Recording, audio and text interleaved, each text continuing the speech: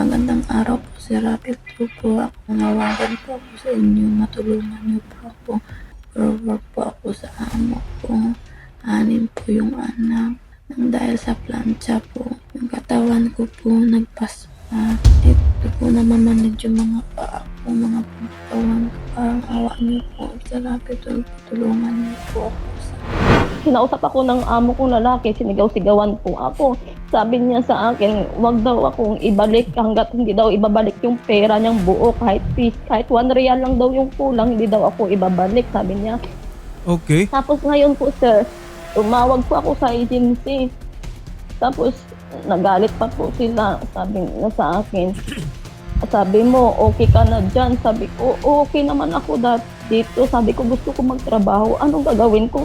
Katawan ko yung pusang bumagsak dahil sa pagpaplansa, pasmado ako. Sabi ko ng ganun. Ito po ay na-coordinate na mismo po, no? Papatikitan na nila si John na pauwi ng Pilipinas.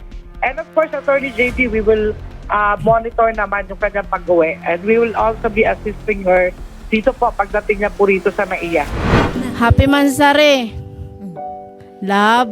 Oh, yeah. Love you. Yeah. Take care dyan. Thank you po. Happy birthday, love. Thank you. Thank you, tinulungan mo ako. Salamat po.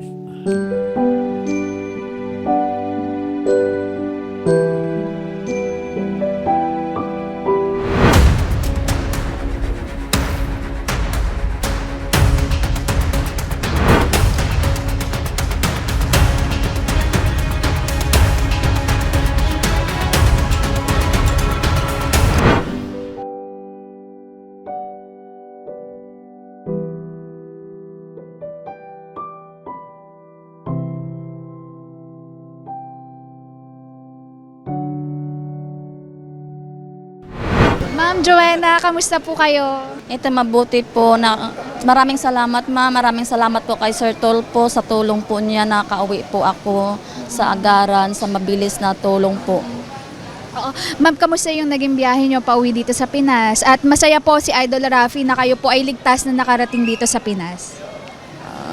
Okay naman po ma'am yung biyahe ko, kaso lang po ma'am, malungkot po ako kasi bago po ako hinatid sa airport, pinagalitan pa po ako ng may-ari ng agency.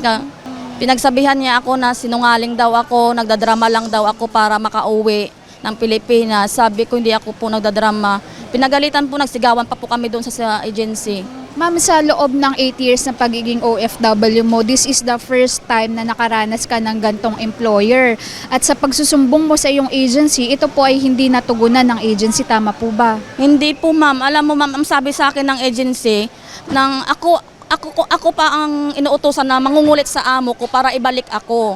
Kasi ito yung pang-apat talaga, matindi ito. Ay yung sabi nila, agaran nila ako natulungan ng una at pangalawa at pangatlo. Dahil din po yun sa akin, dahil kinukulit ko po yung amo na ihatid ako. Dahil po kung sila lang aantayin ko, matatagalan talaga ako sa mga amo ko.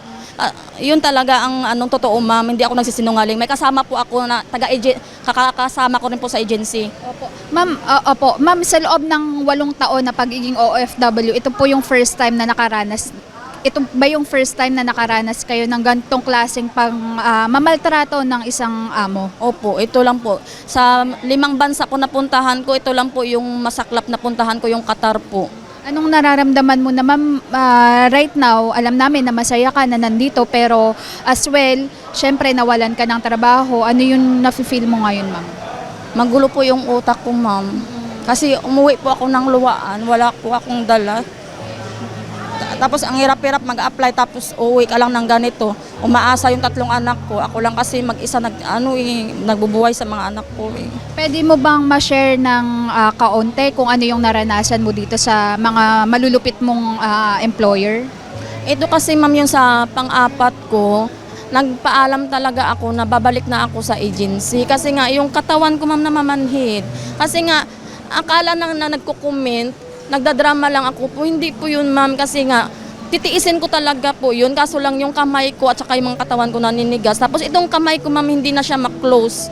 Naninigas na lang talaga siya, nag-stay na siya ng tigas. Tapos ang daming tubig naglalabasan. Tapos ang sakit ng mga katawan ko, nangangatog yung ano ko. Tapos po yun, pina-check up ako, may ano daw ako, may infection daw ako, UTI. Kaya sabi ng doktor, masakit daw yung buong katawan ko kasi may UTI daw ako.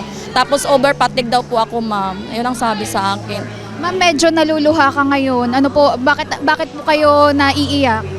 Kasi nung in-interview po ako kasi sa Tulpo, halos lahat kasi nagsasalita yung agency ko eh. Parang hindi kasi ako binigyan ng pagkataon na magsabi yung buong katotohanan ba, ganun. Kasi hindi naman talaga ako nagsisinungaling, ma'am. Marami na po yung complaint yung agency namin doon sa OWA, yung agency namin sa Qatar. Marami na yun doon complaint sa OWA, marami. Ayan. Pero ma'am, right now, nandito na po kayo. Ayan, kasama nyo na po ulit si Ma'am Glenda. Meron ka bang mensahe sa kanya dahil siya yung lumapit kay Idol Rafi para matugunan itong problema mo? Nagpapasalamat ako, love, na tinulungan mo ako, yung humihingi ako ng tulong sa'yo na pumunta ka kay Rafi, sinunod mo naman ako, maraming salamat. Sir Rafi Tulfo, sa lahat po na tumulong po para mapauwi po ang partner ko po sa Pilipinas. Maraming salamat po sa inyo pong lahat. Andito na po siya ngayon, ma'am. Sir, kasama ko na po siya na nakita ko po siya na ligtas po na nakauwi ng Pilipinas po. Sa loob lamang po ng halos 4 na araw nakauwi kayo, ma'am. Napakabilis po ng naging aksyon ni Idol Rafi, pati na rin po ng OWA. Sir Rafi, nagpapasalamat po ako sa mabilis niya po ako natulungan. Sana po marami pa kayo matulungan na OFW katulad ko. Maraming salamat po sa lahat ng tumulong sa akin. Lalong-lalo na po kay Sir Rafi Tulfo at saka sa mga staff niya at saka sa OWA at saka sa embassy. Maraming salamat po. Ma'am, huwag po kayong mag-alala at ang ating OWA po, si Administrator Arnel Ignacio po ay tumutulong sa ating mga distressed OFW. So dahil sa pag-uwi nyo dito, meron po silang tinatawag na Balik Pinas, Balik Hanap Buhay program na matutulungan po kayo kung nais nyo pong magkaroon ulit ng panibagong way ng magkaroon ng income. Ang masabi ko lang po sa agency, magsabi po kayo ng totoo. Huwag po kayo magsinungaling. Huwag nyo pang ipalabas yung mga aplikante nyo ay sinungaling. Kayo po yung sinungaling. Hindi nyo po alam kung anong ginagawa ng agency nyo sa Qatar. Hindi nyo lang po alam. Alos yung mga iba doon, hindi binibigay yung mga sahod. Pagbalik, pinapagalitan, kinukulong sa accommodation, kinukuha yung cellphone. Hindi nyo lang po yun alam. Kami ang nakakaalam kasi kami po yung nandoon. Ma'am, meron ka bang mensaheng nais ibigay naman sa mga kapwa nating OFW na nakakaranas ng katulad ng naranasan mo sa ibang bansa? Ang masasabi ko lang po, lakasan nyo po yung loob nyo. Huwag po kayo manghinaan ng loob. At andyan po si Sir Rafi Tulfo kung kailangan nyo ng tulong, humingi lang po kayo ng tulong. Handa po siyang tumulong sa mga OFW yung katulad ko at saka katulad nyo. Maraming salamat po. Yan naman pong ating reklamo against sa agency, yan naman po ay matutugunan kung atin pong fafailan ng formal complaint sa Department of Migrant Workers. Sa ngayon po, mapapahinga muna kayo at sasamahan din po namin kayo sa OWA para makapag-apply ng kanilang mga programa para sa mga OFW. Salamat ma'am sa tiwala po kay Idol Rafi. Maraming salamat po, Sir Rafi. Maraming salamat.